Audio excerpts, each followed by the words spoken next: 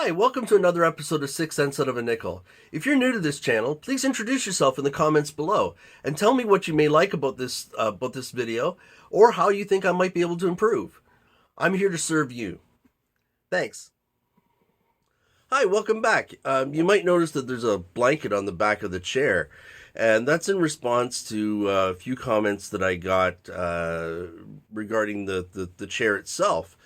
Some people didn't find the peeling of the chair very appealing. I actually just thought it was a genuine characteristic of the chair and the whole and part of the whole story that I keep it, regardless of whether it is peeling or not. I mean, that happens a lot to bonded leather. It's just leather bonded to a piece of cloth, and unlike actual leather, real leather doesn't peel like that. But because it's just bits and remnants basically glued onto a cloth, it does tend to peel and create that effect. But doesn't affect how the chair operates. So and it has sentimental value, so I hang on to the chair. I hang on to a lot of things. I think a lot of people don't realize how cheap I am. I do a lot of reusing, recycle, upcycle, things like that. I mean, I guess when you've had no money most of your life, you have to get used to that. You have to take full advantage of the resources you have. I mean, I've been doing it so long now; it's kind of a lifestyle. Um, I don't think I'd know how to live any other way, really. If you gave me all the money in the world and told me I could buy brand new anything anytime I wanted it, I'm not sure I could. Just because I'd feel bad about not using the stuff that's around me. I mean, I grew up watching shows like A Team and MacGyver, and where you take a paper clip and you can disarm a bomb with a stick of bubble gum and a paper clip or whatever they had around them. And I just thought that was really cool, and I picked up on that, and it's something that it served me well for a good chunk of my life, and it's probably going to serve me well for the rest of it. But I understand not everybody is in that mindset. So there it is.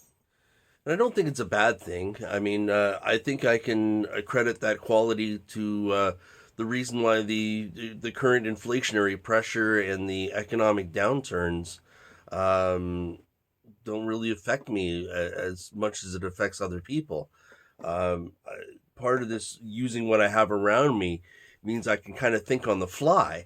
So if something like, say, carrots are expensive, I'll just go buy something else. I don't have to buy carrots, but I guess a lot of people get stuck on, they buy the same things every week for groceries. They buy certain types of clothing, and they're just not willing to adapt to whatever the circumstance may be at the time. Because I think the way I do, uh, it just, I don't even think twice about it. It's just kind of like natural to adapt. And sometimes I forget that that's not a skill that other people have developed. I forget that's a skill that some people haven't really had to develop, which I guess, I don't know whether that's a good thing or a bad thing. Maybe it's good they haven't been through, hard times like that, but maybe it's a bad thing because they haven't actually built that mental muscle, that experience with having to make those kinds of adjustments. And quite often when I see people struggling, and I find that these skills could help them out, I try to offer them that help. I try to help people along, help people see how to do this, and show them how to build that agility. And quite often there's a fair bit of back pressure to that where people don't want to make those kinds of adjustments. Um, in my earlier years, I used to kind of like take offense to that. It's like, well, why? I'm trying to help you. I'm not trying to hurt you. I'm trying to help you. But as I get older, I realized maybe that's just too far for some people to go. Um, I think some people, maybe they've become accustomed to living one way, and to live a completely different way or make some different choices is maybe a little bit too foreign, too strange for them. So they don't, rather than make those choices, they just keep doing what they're doing. But a lot of people don't realize that doing what they're doing is going to achieve the same result that got them where they were in the first place. So it can be rather frustrating. So I wonder, how many of you have an area of expertise, either in your profession or a hobby, or just general knowledge you picked up along the way, and you tried to help people out with this information, and you get kind of like a bit of a backlash, or people just don't take the advice, and then they complain to you next week how they're in the same place because they didn't do what you said for that would help them. How many of you have been in that situation, and how do you handle that? Um, how do you reconcile that in your own head so that you're not feeling bad about it?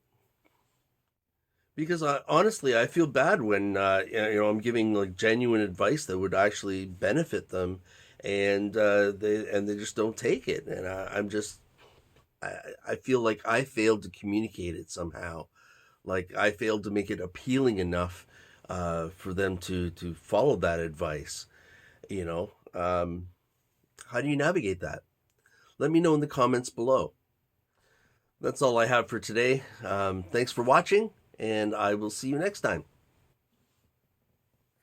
If you found this video helpful, please like, share, subscribe, and ring that bell for more content. Thank you very much. Until next time.